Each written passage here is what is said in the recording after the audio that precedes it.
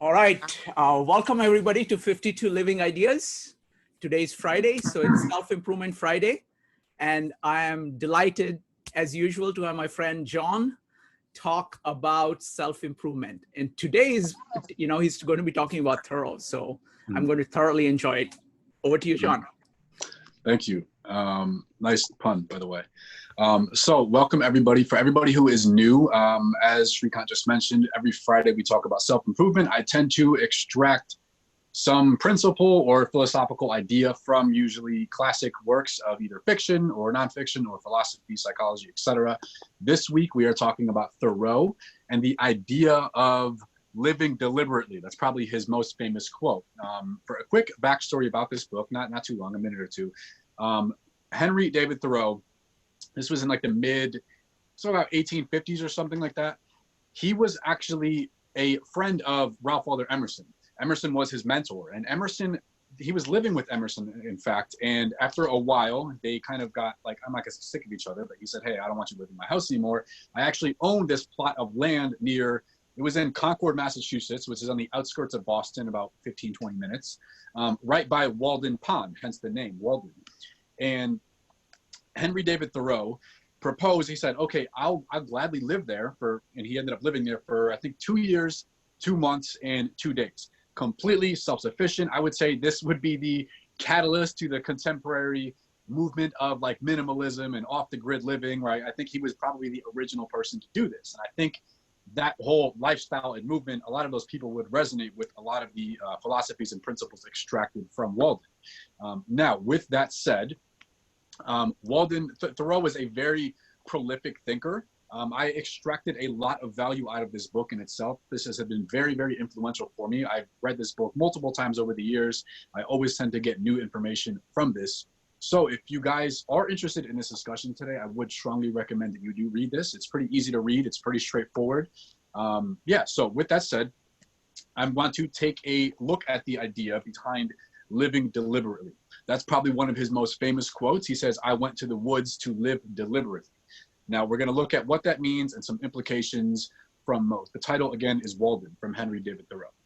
So the themes of living deliberately, I'm going to read a few passages from the book itself, and then we're going to look at some like interpretations and applications from the quotes and ideas espoused from Thoreau.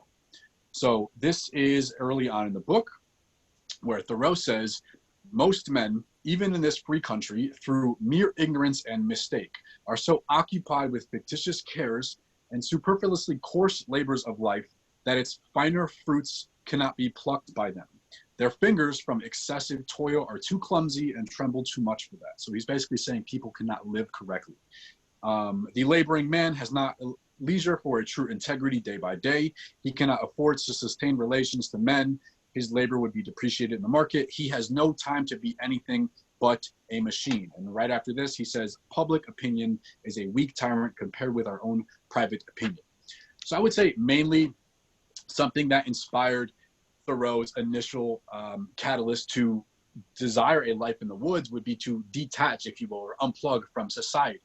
And he would posit that, and I would tend to agree that society mainly, I don't want to say mainly detrimentally influences us, but can greatly misguide us. And we all hold beliefs and values and ideas that probably are not ours. We all probably have choices that we have not chose because it was commensurate with our desires, but we have choices because they were convenient based on our options. Okay, so let me say that again. We don't make choices based on our core desires, because a lot of us don't know what we want. We're always told what we should want from birth. We are making choices based on our options laid in front of us. So we're tending to gravitate and have a proclivity to choose whatever is expedient, whatever is easy in the moment, whatever is the path of least resistance. And obviously long-term, this leads to a life full of regret. And as Thoreau is saying, people not living properly, not living well. So I would say as you kind of detach yourself from society, there's this like depermeation period, you could say, where after you pass a certain threshold, maybe it's a week, maybe it's a month in solitude, maybe for him it was a very extended duration of time, maybe that's why he spent 2 years and 2 months by himself, to completely, I guess, jettison all of these ideals that he picked up through proximal, exploration and being around exposure to society for that long of a time. So I think there's very valid points in that. And you can look at a contemporary application of this and prove this right now. So a lot of us will tend to do things based off of societal norms, based off of cultural norms, based off of, I don't know, peer pressure from our environment, from our influences, from our associations. We'll just tend to do things. We tend to just, you know, when we get a new job, when we get a new career, we get a new position, we enter a new relationship, we don't really ask, what's the most efficient way to do this job? We just look around at us and say, what is this person doing? I'm just going to try to emulate them and just stay in line and not really, you know, go out of my way to appear anomalous in any direction, because that's going to cause unnecessary attention, and I might not be as certain as I should be in my beliefs and principles because they've been picked up through proximity, right? So, simple contemporary example of this, I actually talked about this last week in the health and fitness discussion. When we have birthday parties, for example, okay, this is a celebration of another year of life. Beautiful. Why do we like associate the celebration of life with the pollution of our vessel? In this case, ice cream, cake, muffins, brownies, etc. All of this like comfort food. Like, why do we do that as a society? I don't really have an answer. I don't really know why that is. You might say, okay, it started from childhood. Kids like sweets. Okay, maybe, but we still do this in adulthood. You go to any adult celebration, you know, a business launch, somebody just started their business, somebody hit a new milestone in their career. What are you going to find? Copious amounts of alcohol, staying up late. What happens when you stay up late? The only options that you have for food after you get a bunch of drinks are usually fast food or pizza or something that's expedient, something that's unhealthy. So again, pollution of the vessel is associated with celebration. I don't really understand that, but it does seem to be a societal norm. And a lot of people don't really question it. They just say, hey, this is what we're going to do. We're going to celebrate. So this means pollution. You know what I mean? I don't really, that's a whole different topic though, which we've kind of covered in the past. But that's a simple example of a societal or cultural or business or norm, like a normal, I guess, recourse of behavior that we are expected to conform to. Again, without question. So that's something that Thoreau would be against. It's like blindly doing something just because you should, from this weird external influence that's kind of amorphous and undefined. I don't know why you should do that or how it started or if it was intentionally designed for that for a particular reason. Thoreau would be against that, and I would be too. It makes sense to kind of contravene against that. So the next point that I want to go into in the text from Walden, Thoreau says, by closing their eyes and slumbering and consenting to be deceived, consenting, that's the important word there, consenting to be deceived by shows, men establish and conform their daily life of routine and habit everywhere, which is still built on purely illusory foundations. It's kind of what I was just talking about. Illusory foundations, meaning like it's not established, it's not designed, it's not deliberate. It's, you know, nobody really questions why they're doing the things they do. They just do them. They don't really understand the foundation or the purpose or the principle that is undermining it. And he continues, children who play life, that verb is very important there, play life, discern its true law and relations more clearly than men who fail to live it worthily. So if you look at that, you know, he's saying children are basically better at living life than adults, right? That's a very interesting statement. And we can look at some, I don't know, discrepancies between children and adults. Obviously there's tons, right? But let's look at some that are, you know, relevant and pertinent here. We could say that kids, at least, they don't act primarily with the variable of seeking validation in mind, right? That's not their prime motive. That might be a motive, but it's not the prime motive. So for example, you know, something that makes kids so, I don't know, as Thoreau would say, wonderful at living life is they are not really that influenced by somebody else around them. You know, let's say you have a 5-year-old, 2 5-year-olds. One of them is interested in, I don't know what a 5-year-old's interested in, like space or something. One of them's interested in dinosaurs.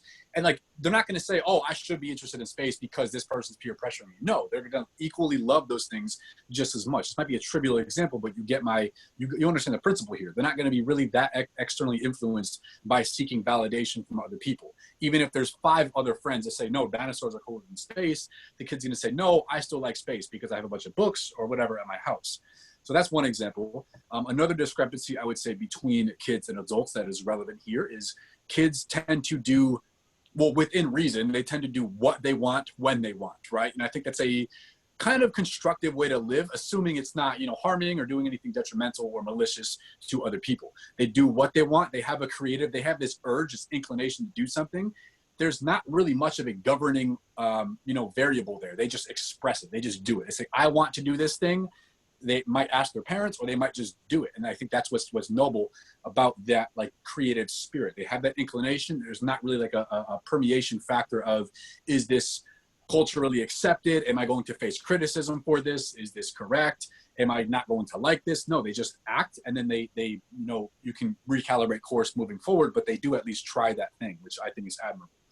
The third point, which I think is personally most important in the discrepancy between like a children living life, playing life, as Thoreau says, and an adult not being worthy of living life, or not living it worthily, would be the exercise of creative imagination. So children, again, they play, they exercise their imagination all the time. If you ever, spent time with any child, 3 to 8 years old, before the inductive reasoning faculty is really fully developed, it's at around like 7.5.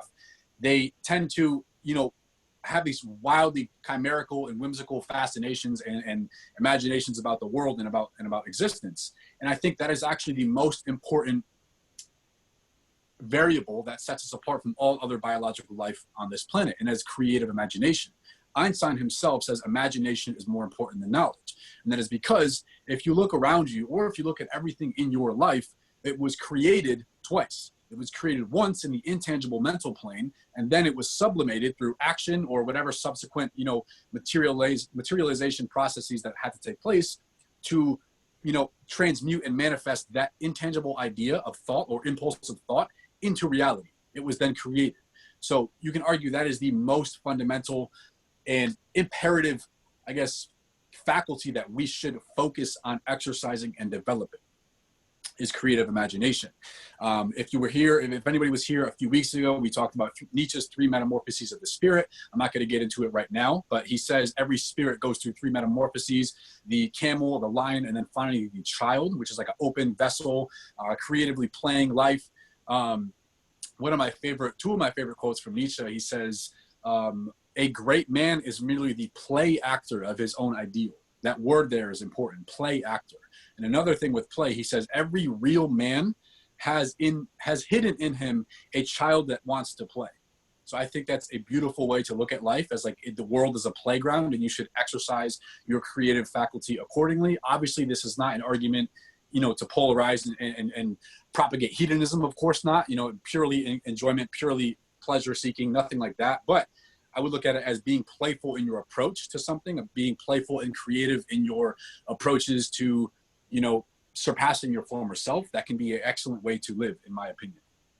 So the next point from Thoreau in Walden, we have 2 more. He says, why do you stay here and live this mean moiling life when a glorious existence is possible for you? It's a very strong word. So he spent, and this, I don't know how deep this was into his stay in the woods, but I think it's a very profound line of philosophical inquiry. Why do you stay and settle for the average mediocre life that you might be dissatisfied with and not go pursue your impulses? Okay, maybe you have an impulsive thought. Maybe you've always had a dream or something like an intuition telling you that you should, you should sell your house and just move to a different state or even country. Maybe you've always wanted to start that side hustle or that business, and you've always just valued that, sense of security from your current job rather than that sense of adventure and uncertainty from that entrepreneurship. Whatever it happens to be, why don't we do that? And there's a lot of reasons why, but I think the main reason why is we believe the stories that we tell ourselves. Who we are is limited by who we believe we are. So using that example of, okay, one of those, let's take the career example for sake of example here. Let's say the person is held down by security. They want their steady, consistent paycheck. They want their job. That's totally fine. But they don't actualize, they don't implement their ideas toward their execution of this entrepreneurship ideal. And you can say that is a identity issue. It's not a lack of action. It's a lack of identity. They might say, listen to these words importantly, I'm not the type of person who does this. I'm not the type of person who takes risks. I'm not the salesy type of person. If I was an entrepreneur, I started a business, I had a service or a product, I would have to sell it. I'm not that type of person, or I'm not the type of person who takes risks, or I'm not extroverted, I'm not confident, I'm not social. Okay, all of these things are attached to our identity. You're saying I'm not the type of person who XYZ. That's an identification issue. It's a self-image issue. It's saying you've never visualized yourself as somebody who does these subsequent actions to become worthy of that ideal life that you want to strive for. So something to keep in mind is that we are wildly malleable beyond imagination. Okay, we can greatly change our circumstances, our attributes, our characteristics, our social life, virtually any aspect that we isolate and focus and purely look at objectively and honestly and with humility and try to quantify it and measure it. We can improve that to a large degree. A autobiographical example, if anybody knows me personally in real life, I would say that it's safe to conclude I don't place, how would I word this? I don't place much emphasis on external opinions on how I should live. Okay, I'm pretty, once I have my opinion made up about something, I don't really get swayed much by other people's criticism or opinions, etc. I don't really I try not to hold validation to that supreme of an ideal for me. So I try to seek validation from internal. And this was not always the case. So I'm trying to prove this malleability argument really quick. So I can remember autobiographically when I was, I don't know, I think I was probably 13 or 14 years old. I was with some friends. This was probably middle school, early high school or something. I was with some friends. We were all riding our bikes down this street. And then we stopped at this particular bridge one day. And it was a bridge. It was overlooking water. It was a running stream. It was shallow enough to see these, jagged rocks spiking out. For whatever reason, I don't know, say it was me being a stupid teenager. I decided it would be a good idea to throw my bike in the water. And it wasn't because I wanted to throw my bike in the water. It was because I thought it would be funny, or I thought I would get validation or admiration from the kids around me. They thought it would be a funny idea or it'd be a cool thing. I don't know, see how far I can throw it, whatever it happened to be. So I, of course, me seeking validation in my early years, I did that. For whatever reason, again, I don't really know how to justify it, but I threw my bike off of this little bridge we were standing on into the river. Okay, we all laughed. We thought it was funny. They're like, aha, it's all busted. We were being stupid teenagers, right? But then we're obviously not staying at the bridge. It's time for everybody to leave. So they're all leaving, and like one friend looks back at me. He's like, "Are you good? How are you gonna get home?" I was like, "I'll figure it out. Don't worry about it." And I ended up having to make a phone call, but like that was kind of a sobering moment for me. It was like, why am I seeking so much validation? It's literally putting me in these unfortunate circumstances. I felt stupid when I was sitting there by myself for a half hour waiting for a ride home when all my friends just went and carried on with their bike ride. You know what I mean? Like, it was a very sobering moment that I heightened the sense of validation more than my physical, you could even say security at that point, right? Because I'm sitting on a random road. I don't know where I am by myself at 13 years old with no bike because I threw it in the river like a fool. So that's an example of like how we can be malleable in our characteristics and our attributes, and we can cultivate things from lessons if we are objective and if we have humility and if we pay attention and we have introspection and self-analysis and we look at ourselves in an objective light. So the last point that I want to talk about from Thoreau's Walden is, he says, the fault finder will find faults even in paradise. Love your life, poor as it is. You may perhaps have some pleasant, thrilling, glorious hours, even in a poor house. The setting sun is reflected from the windows of the almshouse as brightly from the rich man's abode. So I would say, in short, do not succumb to the tempting ideals of pessimism in society. And I want to show you, going back to the first point about like having this pervasive and permeation of societal ideals into us to prove kind of, I guess, how susceptible we are to influence. I'm going to give you a quick example. So if I were to ask you, some of you might know where this is going because I've said it before. If I were to ask you to list 1, 2, or 3 reasons why today sucked, list them. You could either type them in comments. You could just think of them in your head. Like, today was a terrible day. Give me at least 1 or 2 reasons why. And you could take as long as you want to think about it. You woke up late, whatever it had to be. You could think of a traffic jam when you went to work. Your coworker was just being naggy all day, whatever it happened to be. And then once you have those ideas in mind, either 1, 2, 3, whatever you have, even if you have 1, you have been psychologically played. Because if you thought of one thing, you did not use your inductive reasoning faculty to challenge and question my proposition that today sucked. Okay, I could have just as easily said today is beautiful. Give me 3 reasons why. Tell me why this is the best day of your month. It might take a little bit longer. You might have to, dig in your resources of memory, but you will find those reasons. The mind does not like unsubstantiated, gaps or blanks in the mind. So think around you when you're going around in society. Every advertisement that you see, oftentimes it is coming from a place of lack. It is saying you are not healthy enough, you are not rich enough, you are not wise enough, you are not enough as you are. Buy my product, purchase my service so you can be complete. Okay. And if we're not careful, if we don't use our inductive reasoning, if we don't question the things that we see, we will be negatively influenced by society, by coworkers, by peers, by gossip, by information, by news, by media. All of these things that are pouring into our mind, I would say more pertinent now than ever with social media and the age of the information, right? So I would say reject pessimism, reject this negativity bias, start to question if you accept the narrative when you're going along with your daily life, if you agree with this or not. Try to be, develop this sense of self-sufficiency and capacity to set your own course, which is another reason why Walden is so influential for me, because literally he was completely self-sufficient. Again, he lived off his own hand. He built his own cabin in the woods. He lived there for 2 years. He planted his own food. He thought on his own. He established his own ideas, established his own principles, established his own philosophical implications, etc. And that was all self-sufficient. He had no external influence saying you should do this. Have you thought about that? Have you thought about that? Okay, we are bombarded with society, with all of these information. Even if it's not malicious, it can be simply misaligned, right? You can be bombarded with information that's not relevant to you and your definite purpose and your goal and your tasks that you have to do at hand. I would say distraction would be a major cause of failure in life. So moving on to the application, the third part of this discussion, what we can learn from Thoreau, what we can learn from these principles here, what we can learn from the idea of living deliberately. So the first, I would say, is the first idea that we can apply is to examine every aspect of our life. And again, you can fractalize your life and compartmentalize it almost infinitely.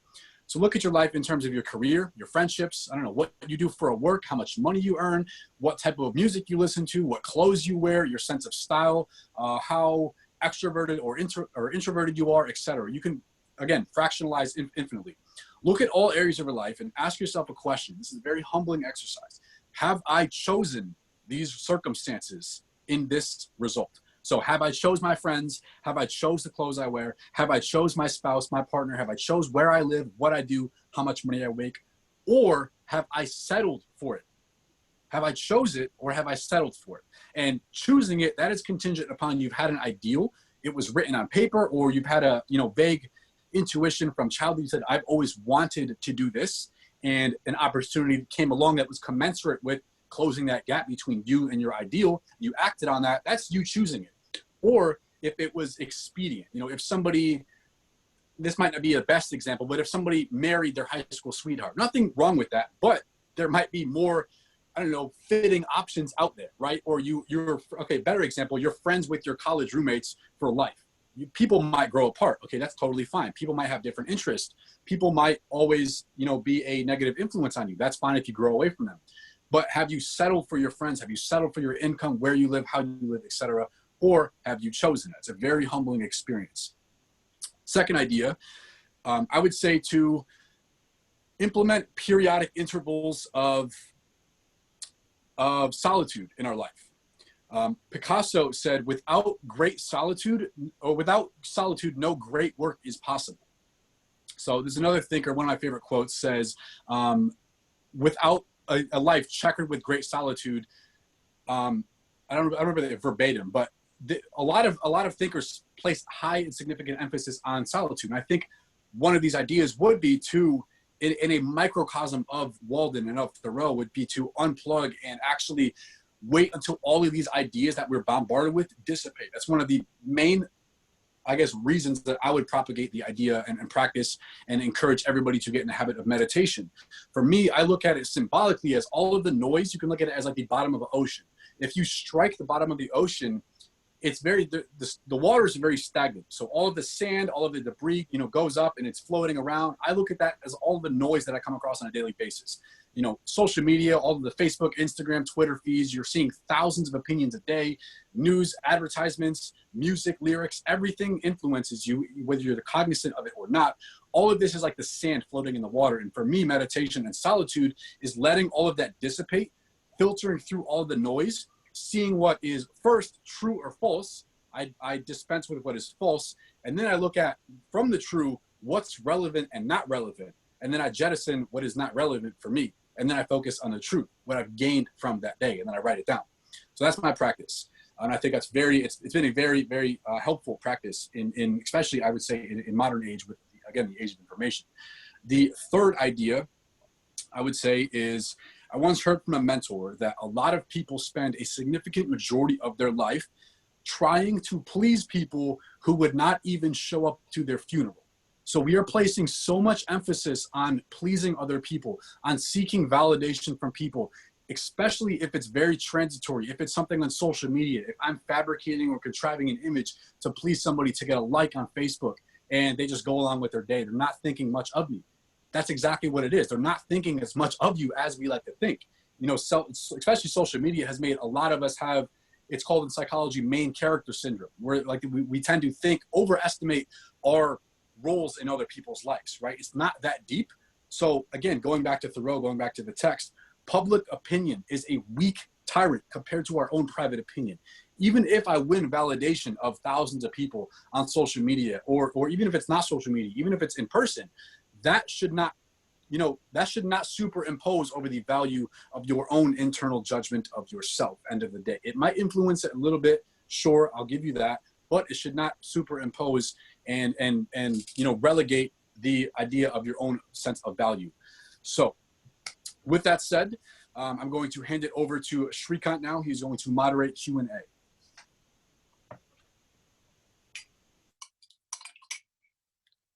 You're muted, Shrikant.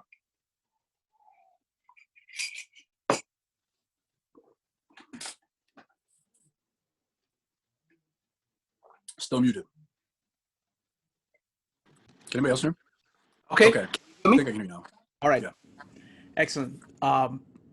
So, folks, firstly, thank you very much, John. Fantastic presentation and great topic. So this is the time for questions. So first one up is going to be Joe. In order to line up for questions, just go ahead and type !mark in the chat or raise your hand in Zoom. Keep on topic, be brief, and be courteous. Feel free to speak your mind, but do so courteously. Next up is Joe. Joe, go ahead. Give me a second. Let me go ahead and unmute everybody. Yes, go ahead, Joe. Hi, John. Thanks for presenting this evening. Again, it was an awesome presentation, as always. One of the ideas that you had talked about was with creativity. And the thing that I found really, really interesting, and I thought quite a bit about, is do you need to go to an extreme in order to be creative? And does this like result in you becoming imbalanced, you know, to a certain degree? Because that's something where I've kind of toyed with the idea, if you're going to break through the limitations of your normal routine, you almost have to go to extreme. And in this case, he went and lived in the woods for 2 years. So, I mean, is this necessary for creativity? Excellent question. This makes me think of two ideas. So I've said this in the past, but one of my mentors always said, dissatisfaction is a creative state, meaning that we should never, I personally live with a principle that I'm always grateful, but I'm never satisfied. So there's a difference. People tend to conflate those two terms. Grateful, obviously, for everything that I have, everything I've been through, where I am, everybody that's helped me along the way, etc. But I'm never satisfied, because once you're satisfied, you begin to stagnate. And there's no such thing as stagnation in any laws of the universe. You're either progressing every single day or you are regressing. You're getting better with every decision or worse with every decision. So dissatisfaction is a creative state, meaning that, let's say I take complete account and inventory of my life right now. I'm unsatisfied. I don't like where I live. I don't like the amount of money I make. I don't like what I look like in the mirror. I don't like, the friends I have. I don't like that I spend too much time by myself, etc. Whatever happens to be, I'm dissatisfied with those things. So it's a creative state, because I can polarize. I can ask, okay, I'm unsatisfied with this. So even if you don't have an idea of where to start, you can simply polarize and say, what's the opposite of this? I would probably start there. That's a creative state. That's an act of creation. You're establishing an ideal from that. So I think dissatisfaction is the excellent, precursor to that. And the second idea is from Rainer Marie Rilke, Letters to a Young Poet book. And the quote is, "A work of art is valuable if it has arisen out of necessity." So meaning that it's kind of related to dissatisfaction. A work of art, meaning creation, right? Creativity. You have to be creative to express art. It is good if it is arisen out of necessity.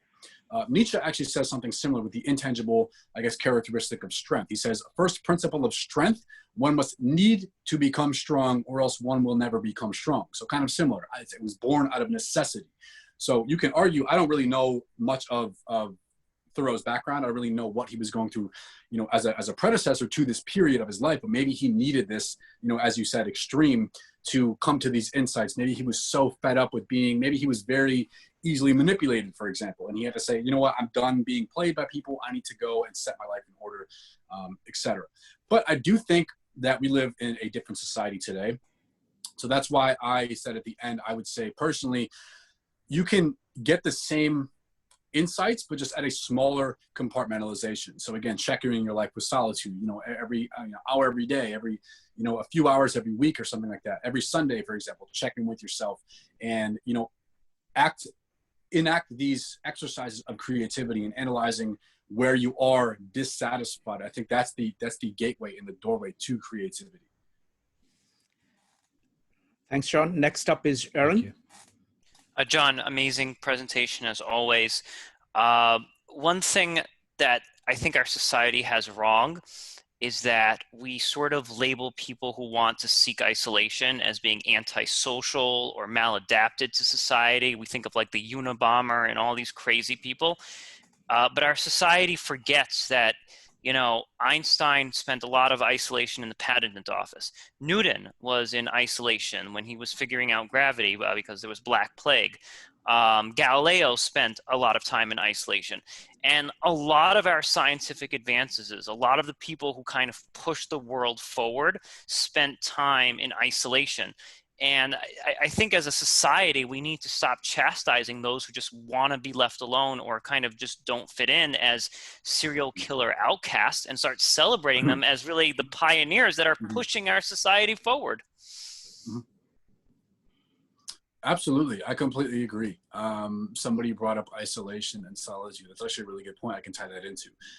So I'm completely with you. I mean, I don't really want to use the term because I think it's limited, but I'm very introverted. You could say I've taken several, psychometric tests, MBTI, Big Five, etc.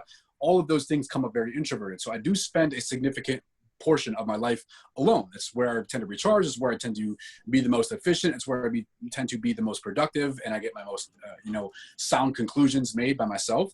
So I spend a lot of my time in that. And I would say it's only isolation if you are in bad company. If you love yourself, if you have a good relationship with yourself, you are never lonely. You are never in isolation. You always have good company. I would say you're always with your own thoughts. And one of my favorite quotes is from Blaise Pascal, the philosopher. He says, all man's miseries derive from not being able to sit in a quiet room alone. All man's miseries. He didn't say some, he didn't say half. He said all of man's miseries come from not being able to, in short, meditate, sit by themselves and actually look at their internal processes. He says a lot of people just mindlessly distract themselves with pleasure. I'm going to watch Netflix. I feel lonely. I have to, go to sleep with the TV on for some background noise. I have to call somebody. I have to FaceTime somebody. I have to text somebody. I need some emotional support. I need some validation. We're always distracting ourselves from our condition. And I think that's very sad because our internal condition, that's what we have forever until the day we die. That is the most natural state. So if you are distracting yourself from the most natural state, I think it's very sad. It's not living life, I would say, properly. Now, again, I don't want to polarize the argument and say there's no value in friendships, there's no value in going out. Of course there is, absolutely. But without great solitude, no effective work is possible. So I think it can be a very efficient practice for everybody, extrovert or introvert alike, to really spend some time with themselves, without distractions, without their phone, without a movie, without a book, without all these things, all these distractions, and really get to know themselves, really analyze their thought processes, really analyze, how they've been influenced by society and all these external influences on how they should act or how they should believe or how they should make choices in their life. So it's been a very, I owe all of my, like I said, all of my productivity, all of my personal insights that I've gained from my life have been a product of solitude. So I will, be a propagate of that until, for really forever. So. Okay, so it's going to be MP, Noel, Michael, Stefan, and Dave next. MP, go ahead.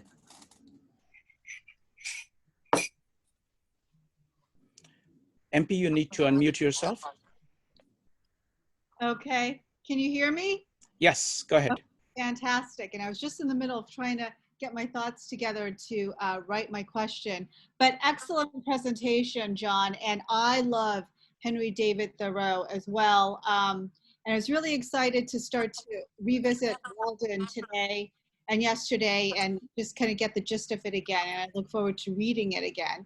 But I think that in your presentation, you were talking about, why do we do this? A lot of social construction out there. Why do we poison ourselves with cake and ice cream to celebrate life and an additional year of our life? And I think that one of the reasons why I like Thoreau is not only is he authentic and a deep thinker, but he really, really questions, the purpose. Why are we doing this? I think that I've gotten to realize that a lot of this is performative, just people, whether we're extroverts or introverts or ambiverts, we're all somehow straddling the fence in terms of what is performative to, let's say, get the job done at work or get a task done within the family, and what is real. And I recognize that not only myself, but among my colleagues, among my friends, among my family. Oh yeah, there was so much pressure after I got married to have a child. Well, how much of that was I really wanted a child, and how much of that was really family saying you really need to have a child and societal expectations. And so, with that, I think living deliberately, I think that there is that, that quest for meaning and not pitting it against, but really comparing that with social construction, a manufactured life that may just be empty inside. And I wonder, how much of this can really be reconciled through interdependence with what is performative and with what is real internally, and really what is real for society to have some sort of structure and social meaning. Okay, great question. So I would take this along the approach of design versus proximity. This was actually one of the first discussions I did for this segment for Self-Improvement Fridays, was design versus proximity. And I'm not saying that a lot of us, like Thoreau, should just completely unplug from society, saying, I don't want to be externally influenced to do anything, therefore I'm going to completely, deject and reject every sense of external influence. Not at all. I'm saying I do agree. Like I said earlier, we live in different times. We live very interconnectedly, especially with the age of the internet now. All of our, every single product and service that we use on a daily basis has been created by somebody or some company. Every single dollar that we earn, every single ounce of respect that we earn will be from other people. So we do live interconnectedly in this web, enmeshed in this web. So what I'm saying is we should tend to have a proclivity toward a life of design more than a life of proximity. Now, meaning it's totally fine if you are an extrovert, you're going along people, you have a bunch of external influences in your life. But, for me, speaking autobiographically, something I can rectify and reconcile this with is I have a yearly exercise. Every single New Year's, I write down my ideal. So exactly what I want in every single aspect of my life is written down on paper by every single year, January 1st. exactly what I want. Okay, in health, in fitness, in my career, in my friendships, in my every single department of my life, I write down exactly what I think I want at that time. Now it changes year after year, of course, because our experiences shape who we are. If I try a new sport and I tend to love that sport, it might be in my next year, ideal, for example. So I think the more closely I adhere to that design, that ideal, the more fulfilled and a meaningful life that I've been able to live. Now, conversely, if we don't do that, there's tons of ways to say this. Nietzsche says, he who cannot obey himself will be commanded, for such is the nature of living things. Napoleon Hill says, the more you are disciplined by yourself, the less you are disciplined by the world, and vice versa. Jim Rohn, his mentor, says, or his mentee says, you should have a plan for your life, or you will fall in somebody's plan for your life. And then another way to say that contemporaneously is to build your dreams or get paid to build somebody else's dreams, right? It's kind of an argument for entrepreneurship. And there's a bunch of ways to say this again. So if we don't have an ideal, if you don't know what to look for in your life, any option will do. If I don't, enter the marketplace, if I don't enter the world with some sort of a framework, some sort of a guide work, again, when I was talking earlier about meditation, I said I sort out in the world what is true versus what is false, and then what is relevant and irrelevant. And that ends up being about 1% of the information that I consume daily, right? Haphazardly. Maybe it's a little bit higher because I tend to, deliberately choose my input. I listen to audiobooks every day. I'm reading every day, etc. I surround myself with people that I admire and that are doing better than me in several aspects of my life. So maybe it's a little bit higher than 1%, but you get the principle here. The more closely we live with this design, and the less that we live through proximity, I think the more fulfilled we will be. Does that make sense? Okay. Yes, thank you so much. All right, next up is Noel. Noel, you had a very interesting question. Go ahead.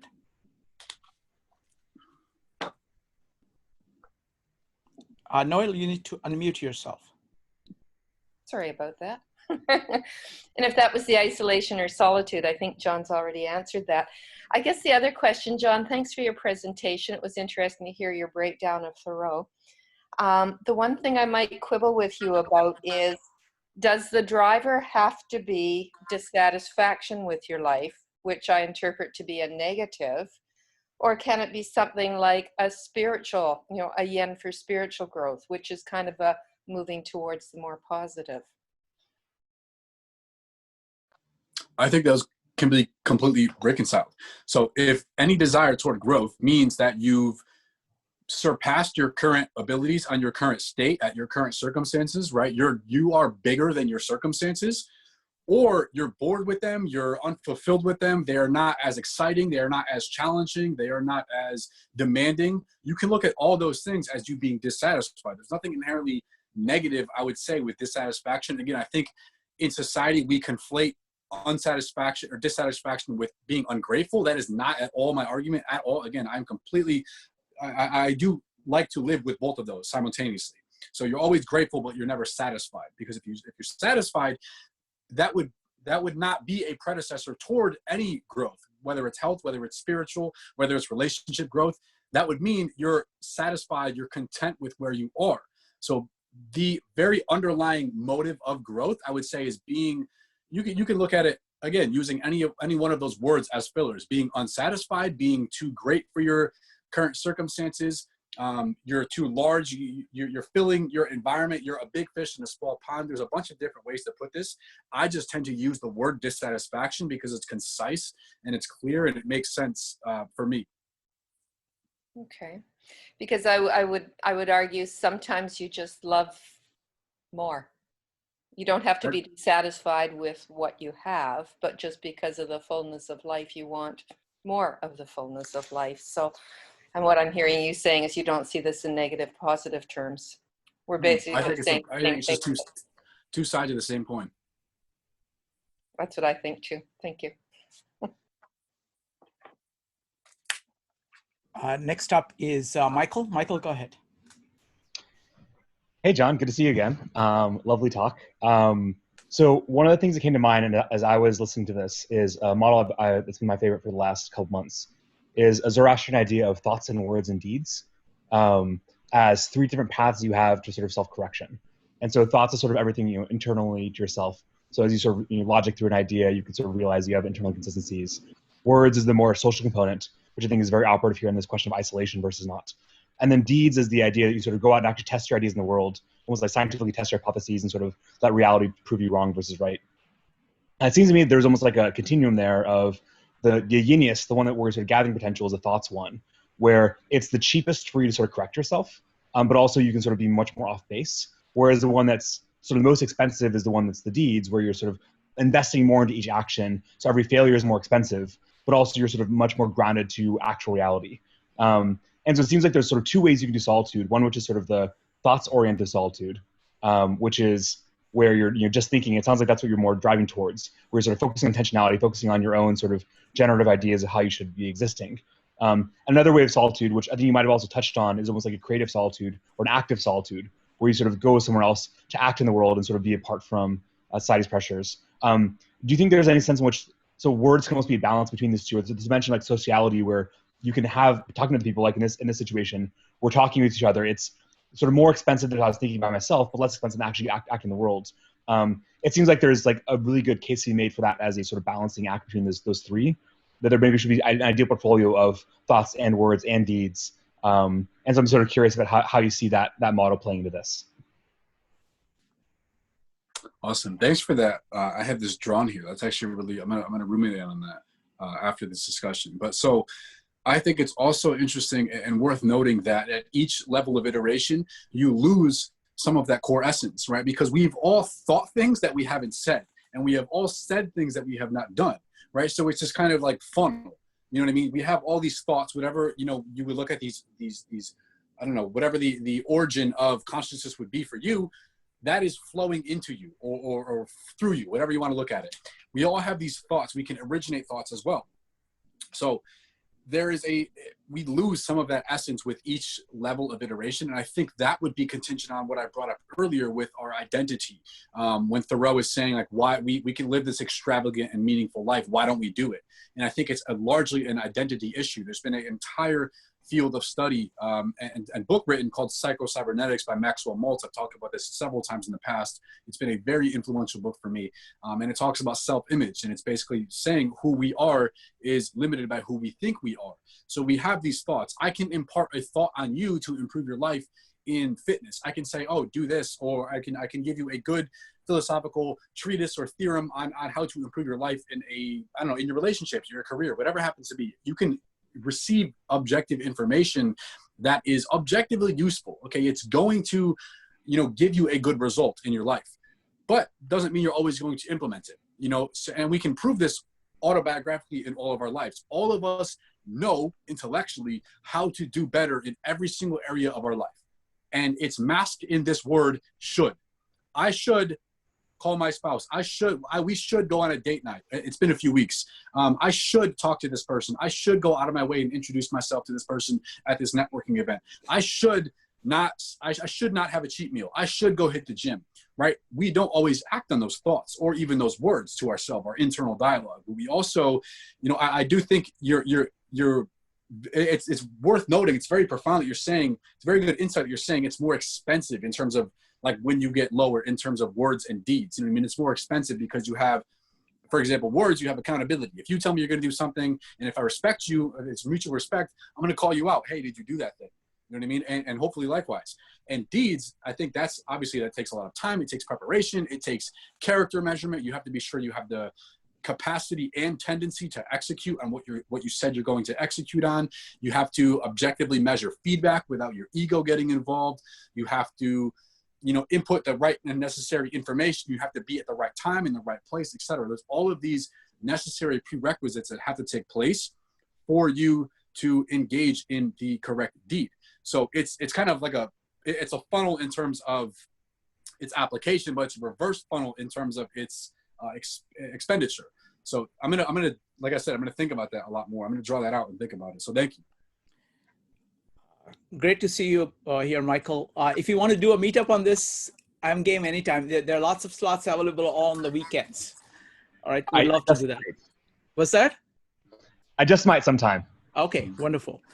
Next up is going to be Stefan, Dave, Jyoti, and Jeff. Stefan, go ahead. Hello, Shukran. It's Stephen, by the way. Oh, Stephen, go ahead. Hi, John. Thank you. Regarding seeking validation and approval, and you give a good example when you're younger, which seems to be having to do with confidence and their lack of, and you give an example of Facebook, and which is very toxic. If I didn't have to be on Facebook for business, I probably wouldn't at all. And that's certainly a place where people get into that drive. What does Thoreau have to say about seeking validation, and what are your thoughts on overcoming that and feeling better about yourself? Very good question. So I don't think it's addressed like verbatim, but I would say he was largely a proponent against, contributing against seeking any sense of social validation from other people, because he points out how foolish society was as a whole in terms of like their ideals, in terms of their beliefs, in terms of their actions, and how they're misaligned with their ideals, etc. How everything is just kind of haphazardly thrown together in this slew of information. So he would look at that as trying to not seek external validation, but we are kind of conditioned to do so at birth. And in terms of the second portion of the question, I mean, it's been quite a long process for me. I wouldn't say I'm completely over it, of course, because I do think it is a social, it's normal in terms of you can actually say neurobiology. There's a book called Social by Matthew Lieberman, I believe. And he says that the same area of the brain that physical pain is processed in, social pain is processed in that same physical area of the brain. So like being embarrassed, being socially exiled, being pointed out in front of the crowd, like that example I brought up earlier about like when I get a new job, a lot of people just look around and say, I'm going to just conform and adhere to this culture here because I don't want to stand out, because that might lead to criticism, and criticism is uncomfortable, right? And even, you can even argue back even further than this. We grew up in primitive tribes, about 120, that's Dunbar's number. And if you were exiled, if you said something that was contravening against the dominant narrative of the alpha male or the tribe leader, you were exiled. And exile, of course, meant death. You couldn't survive on your own. There was this whole primitive societies forming, and you couldn't survive on your own. So if like literally being not agreeing or not seeking validation was at one point in time literally deadly. So it's hard to completely jettison and dispense with. But I do think it is still a worthwhile ideal to try to, at the very least, I would say, hold your own validation over external validation.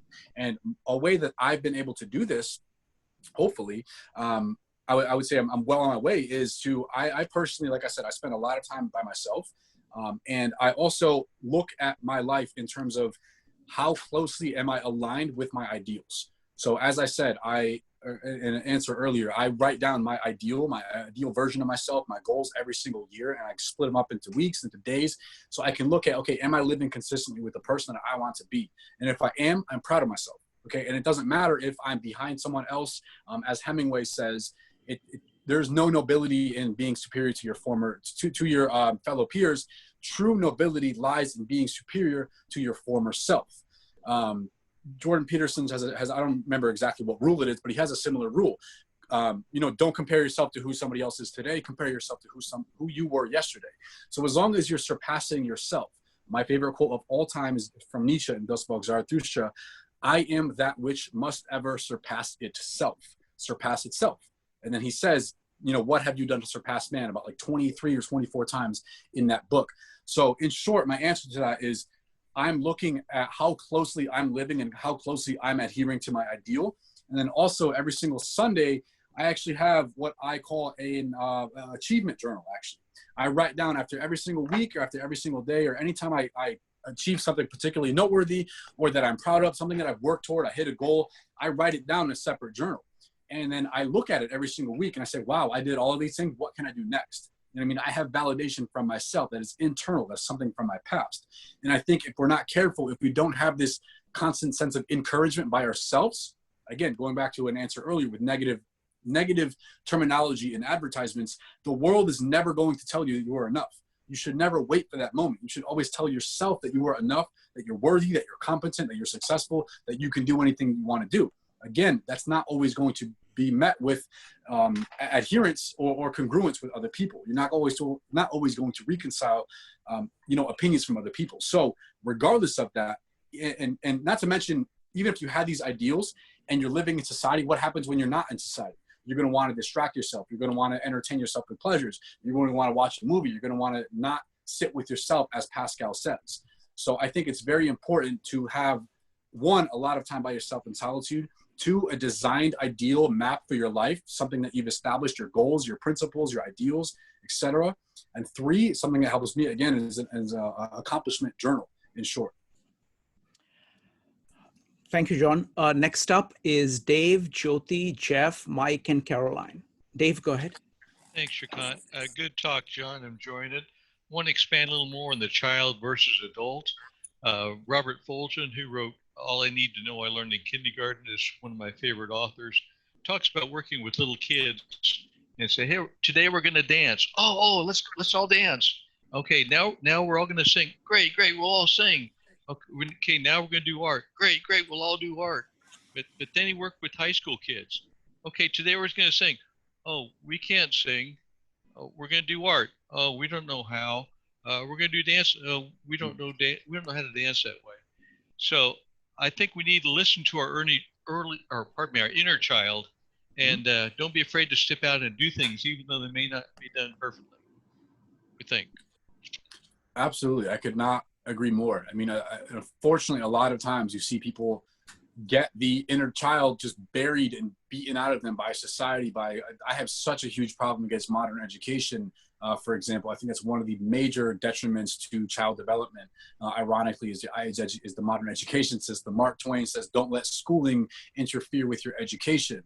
If you look at the root word of education, it's educo. It means to draw out, to develop from within, meaning you cannot necessarily be educated by an external source. You can be informed by an external source, but the true education lies on you. So for example, if I'm a personal trainer, I can give you a nutrition plan, I can give you an exercise regime, I can do all these things externally, but ultimately you have to have responsibility to execute these things. Similar with education, they're teaching you what to think, they're not teaching you how to think. And I think it's a very detrimental, activity and practice that we have, unfortunately, in society today. Children are taught to emphasize the ability to memorize and repeat more than they are encouraged to have and develop their inductive reasoning faculties and exercise their imagination and come to creative solutions and conclusions to certain problems. That is not, and I think it all starts honestly at the level of the parent, honestly, because typically a child is going to be somewhat of a reflection of the parent, you know what I mean? Because that's their primary influence, of course.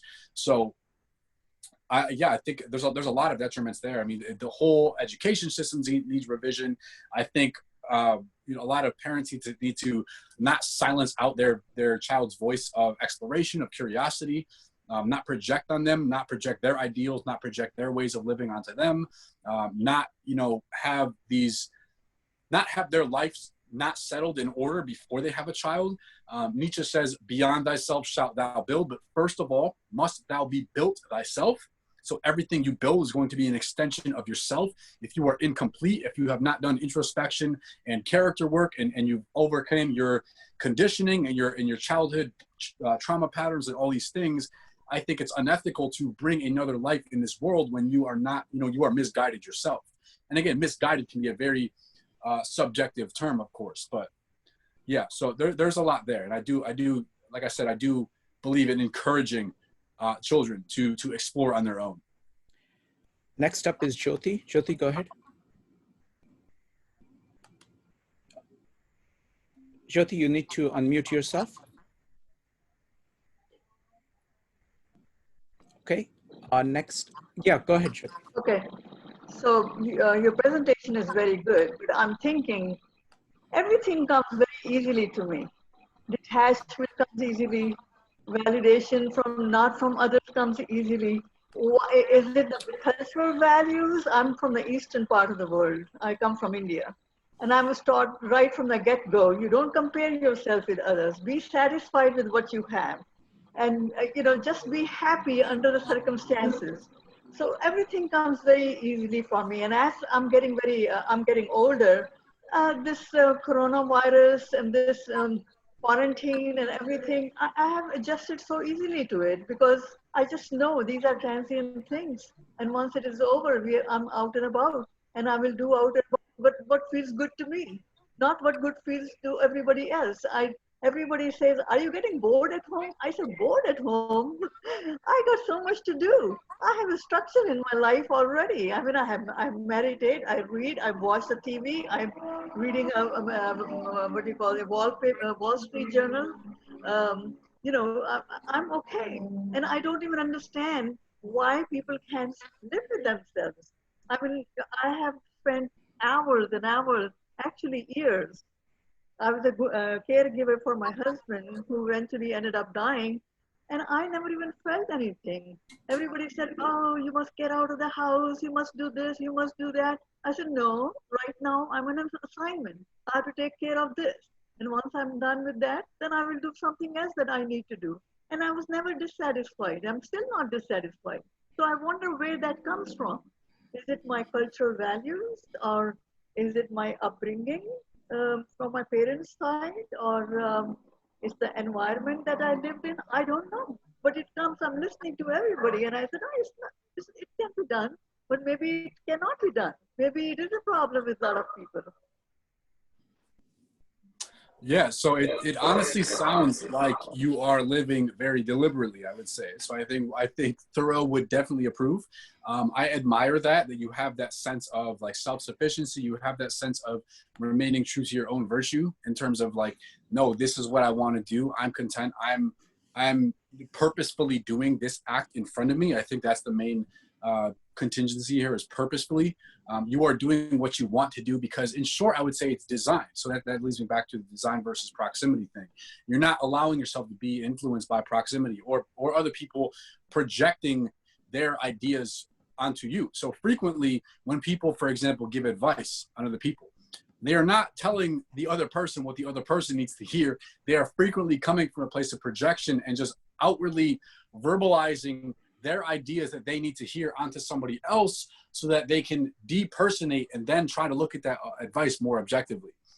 So in terms of like how often, if you ever think of how often we are projected at by other people as a canvas, you would take almost nothing personally because it's almost never about you. It's almost always about the other person that is critiquing you or even admiring you. It's frequently they just see a part of themselves in you that they either like or affirm, and then they just they depersonalize it, they dissociate it. So I think you would find, if you haven't already read Walden, I think you would greatly find a lot of value from the book.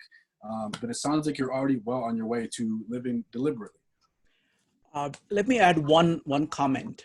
See, the Indian culture has focused very heavily on consciousness. So kind of being aware, can focus on your own consciousness and your own self is a very deep part of Indian culture. If you want to look at this at a very high level, West is mostly focused on the outside, and it looks at the inside with respect to the outside, whereas Indian culture is focused primarily on the inside, and it looks outside with respect to that. The transcendental movement, of which Thoreau is a part, was very heavily influenced by that Indian idea. So in that sense, India has a lot of that. When you talk about the Buddha or, the meditation, it's all about being in touch with the deepest part of you, and that being the most important thing. So even the concept of God in the Indian tradition it's called Tat Twamasi, you are that. So it is held that the God is within each of us. And that's what, when somebody says namaste, you're saying the God in me greets the God in you. So it is very different. So it actually is a radically opposite way of looking at the hierarchy of things. So next up is going to be Jeff. Jeff, go ahead. Hey, John. Thanks for a wonderful presentation again this evening. You always make me think. And I want to offer to you quickly here an alternative framework and maybe kind of an alternative ideal, which I think Shrikant was just sort of showing us there as well. And it is that there are the best case is always two things in balance, and therefore sort of a third way of combining them. And by way of example, what I want to offer to you is something I've written there. For example, I think that all of humanity's problems might stem from an inability to appreciate and gain everything that can be obtained from being alone, plus an inability to appreciate and gain everything that can be obtained from being with others. I wonder if creativity and manifestation might be maximized when one is deeply grateful and adequately dissatisfied in both environments. And I find this to be true about a lot of things, about knowing and not knowing, about leading as an individual and leading together. I find this about a lot of things. And I wonder what might be your sense of that it's these both and things together in balance that seem to create, if there's an ideal, sort of a greater ideal rather than one or the other. I completely agree with this. So I tend to gravitate toward emphasizing more importance on solitude and introspection because I don't see a lot of that encouraged in the world today. Now, I'm not saying, again, with a polarization, I'm not saying only do that. I'm not saying be Thoreau and spend 2 years in solitude. In fact, when I started to really place emphasis on my education and start to read books, I actually went, I would say personally, too far in terms of solitude and introspection. And I was just in this, what would you say, like this, I was in this echo chamber. I was only reading philosophy and psychology that would affirm my cognitive biases. I was only surrounding myself with people who thought the same way, which there is perfect merit in, right? Affirmation and being, having congruence with the people around you, sure. But I wasn't exposing myself to the social realm. I didn't have much of a social life. I spent a lot of my time just in solitude, isolation, reading, and then I was depriving myself of all of the joy, all of the, as you say, creativity from being around other people, from looking at other perspectives. And actually, funny enough, that actually inspired me to start coming to these meetups here. I've been coming to, obviously pre-COVID, I was coming to these meetups in person every single week for actually in this November/December, it'll be 3 years now. I've been coming to Shrikant's meetups every single week. And that was largely because of I was too much on one side of the spectrum. You know what I mean? I've taken, I love data and numbers.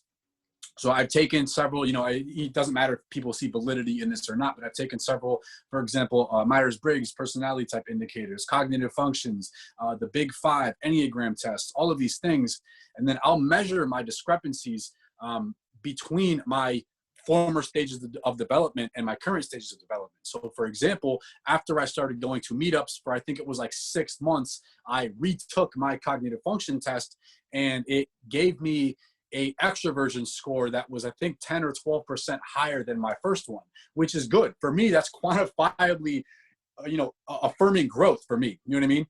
So I do completely see value in, especially in terms of this discussion, in terms of solitude, in terms of balance. And I'm only emphasizing one over the other because I think a lot of people are too far on the extroversion scale and too far on the distraction scale and partying and kind of wasting their youth away on distractions. And they only will grow in terms of regretting that, I think, later in the future. I'm seeing a lot of my peers do that right now, unfortunately. So that's kind of why I'm such a proponent of, spending more time by yourself, getting to know yourself at least first, and then go out and live your life. Just as an aside, John has to travel 4 hours each way to get to our meetups here in New York. So, and he would do that almost every weekend. So I think like 48 weekends per year. And so for me, the measurement scale I had is that I had to make the meetup worth it for John because he has very high standards. Plus he's traveling 8 hours to get there. So my standard was that if I could make it worthwhile for John, then it's going to be worthwhile for anybody. So thank you, John. I really appreciate, it's been wonderful. I think, of you being here and then this following up with that. So that's great. Next question is from Mike. Mike, go ahead. There's another complication about what Thoreau is all about. He started out in this not to become live off the grids in solitude. He was part of the transcendentalist Harvard Yard civil disobedience group, and he carried it to a bit of an extreme and got put in jail for not paying his head tax. And he was going to stay in jail for the rest of his life. But someone, probably Emerson, who was kind of a senior member of that group, paid his tax. And when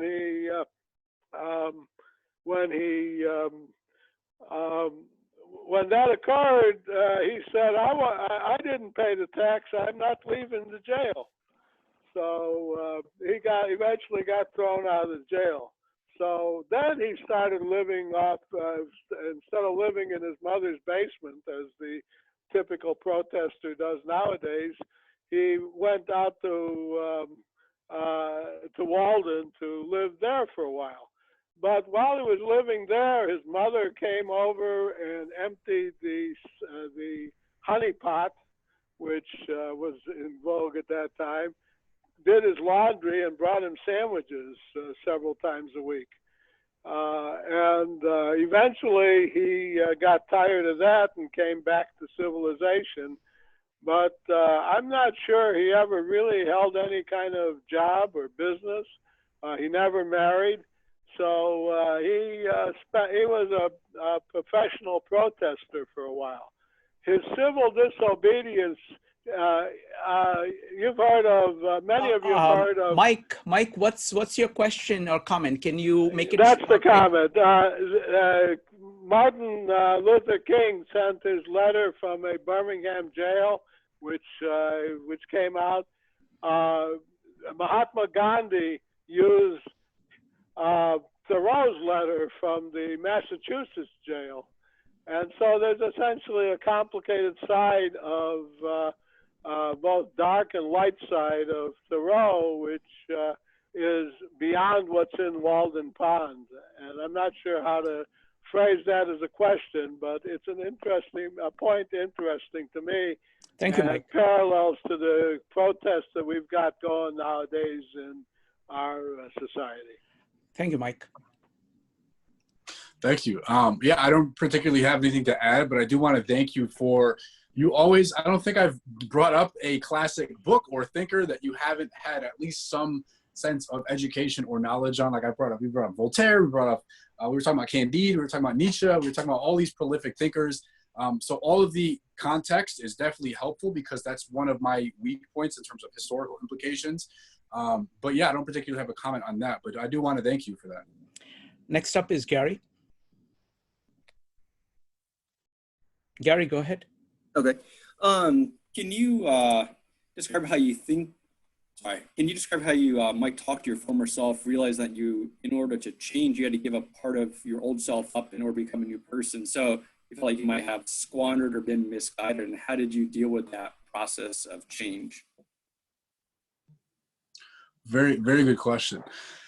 So I used to kind of dissociate and depersonalize it. So I would look at, oh, that's my older life. That's an older version of me. I did something that was weak. I did something that was morally unjust. I did something that was whatever like I'm condemning myself for. I would kind of vilify it. And I would say, this is bad. I don't want to identify with that. But I tend to, I spent a lot of time in introspection, a lot of character development, a lot of self-analysis in terms of journaling and writing everything down and trying to quantify my life as much as I possibly can. And I kind of chalked it up to, that's exactly what I wanted to do in that moment, or else I wouldn't have done it. Right. So it's like I was serving my ideal in some way, shape, or form, whether it was misguided with my new experiences and knowledge, kind of overlooking that, superimposing with more insight, with more information, with more life experience, with more wisdom. And I'm judging that now. I can't do that, because without that sacrifice that former self made, it wouldn't be possible for me to live as I am today. Right. So it's like especially, as I've gotten a little bit older, I tend to kind of coalesce that part of my identity with me. And I used to vilify it, but it's like, you can't really vilify that, because it's exactly what you wanted, and more so it's exactly what you needed to do at that point to be sure that it was a mistake, right? Because how would you know if it was a mistake? How would you know if you don't want that thing unless you've tried that thing first? Do you know what I mean? Okay, thank you, John. So we are running a little bit later than usual, so it's time for breakout rooms. What questions do you have for the breakout rooms? Okay, so we have 3 questions for the breakout rooms. How much time do we have for breakout rooms? We'll probably go through them. 25 minutes. So yeah, the breakout rooms are centered around these 3 questions. The first question: could you or would you live alone in the woods in a cabin for 2 years? Would you do it? What would be the reasons why or why not would you? The second question is, there's a quote from Thoreau where he says, "The mass of men lead lives of quiet desperation." What does that mean to you? The third question is, do you think Thoreau's sacrifice of 2 years, whatever you believe your judgments would be that he sacrificed, do you think his sacrifice was worth his insights? Some of the insights are provided, but obviously there's more in the book. But do you think, it was worth it, in short? Excellent. Thank you, John. This was fantastic. So what we're going to do, folks, is we are going to now go to the breakout rooms for 25 minutes, after which we'll automatically come back to this room and we'll be sharing our takeaways. Okay, and then we will be, after everybody has a chance to share their takeaways for between 1 to 2 minutes, John and I will be picking up some themes, common themes that run through all the takeaways and talking about that. All right, so with that, I'm starting the breakout rooms now.